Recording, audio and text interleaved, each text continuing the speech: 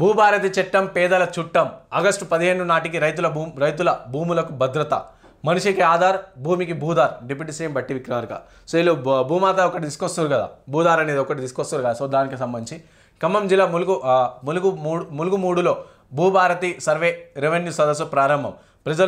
ప్రజలకు రూపాయి ఖర్చు లేకుండా భూ సమస్యలు పరిష్కరిస్తాం మంత్రి పొంగులేటి. వరి నాట్లకు ముందే రైతు భరోసా మంత్రి తుమ్మల. సో పేదలకు భూభారతి చట్టం చుట్టంగా పనిచేస్తుందని డిప్యూటీ సీఎం బట్టి విక్రమార్క అన్నారు. మంగళవారం ఖమ్మం జిల్లా ఎర్రుపాలెం మండలం ములుగు మూడు భూభారతి సర్వే రెవెన్యూ సదస్సుల ప్రారంభోత్సవంలో ఆయన మాట్లాడారు. సో భూభారతి ఏదైతే తీసుకొస్తారో అదేమో భూభారతి చట్టం ఏదైతే అది పేదలకు చుట్టం రైతులకు చుట్టం అని చెప్పేసి చెప్తారు. సో ఆగస్టు 15 నాటికి చాలామంది రైతుల సమస్యలు అన్నీ కూడా తీరుతాయని చెప్పి చెప్తారు. సో ఈ సమస్యలోకి చాలామంది రైతుల భూములు ఆ లోకల్గా ఉన్న నాయకులు వాళ్ళందరూ కూడా కబ్జాలు చేసుకుని వాళ్ళందరూ ఇబ్బంది పెడుతారు. సో భూములు ఒకవేళ గవర్నమెంట్ భూమి అంటే అక్కడక్కడ గవర్నమెంట్ భూమి ఉంటుంది, అది కూడా ప్రైవేట్ వాళ్ళు వచ్చి వెంచర్లు వేసుకుంటూ అమ్ముతారు. మళ్ళీ వాళ్ళ పరిస్థితి ఏంటి అని చెప్పేసి రైతులు కావచ్చు ప్రజలు కావచ్చు అడుగుతున్నారు. సో అలాగే నాట్లకు ముందే రైతు భరోసా ఇస్తారంట మంత్రి తుమ్మల నాగేశ్వరరావు కూడా చెప్పారు. సో చూద్దాం. దేశానికే తలమానికంగా భూభారతి రెవెన్యూ చట్టాన్ని ప్రజాప్రభుత్వం రూపొందించిందని పేద ప్రజలకు చుట్టంగా ఈ చట్టం పనిచేస్తుందని డిప్యూటీ సీఎం మల్లు బట్టి విక్రమార్క అన్నారు.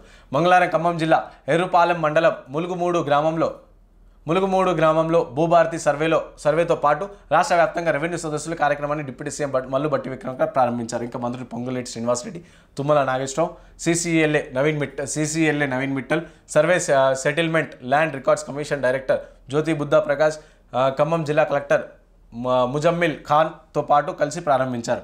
ఈ సందర్భంగా బట్టి మాట్లాడుతూ నక్షాలు లేకుండా మన రాష్ట్రంలో 413 గ్రామాలు దశాబ్దాలుగా కాలంలో పాలన సాగుతుందని ప్రజల కార్యాలయాల చుట్టూ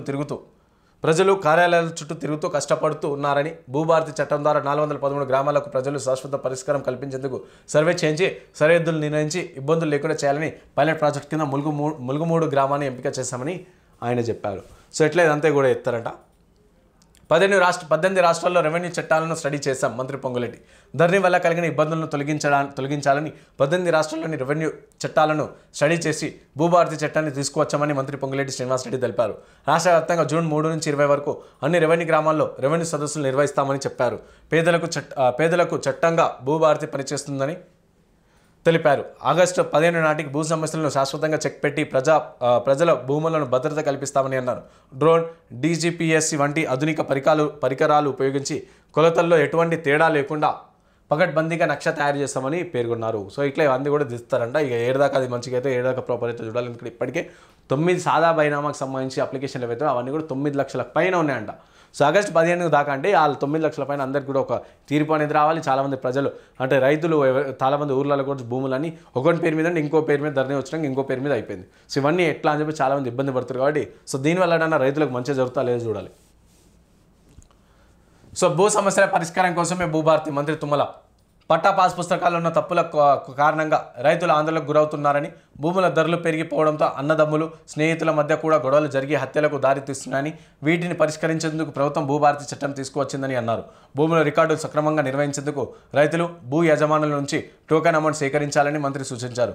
రైతులకు ఒకే సంవత్సరంలో 36,000 కోట్లు నేరుగా అందించామని తెలిపారు. ఇక నాట్లకు ముందే రైతు భరోసా పథకం కూడా నిధులు ప్రభుత్వం జమ చేస్తుందని చెప్పారు. సో ఇక నాట్లకు ముందే రైతు భరోసా పైసలు కూడా వస్తాయంట.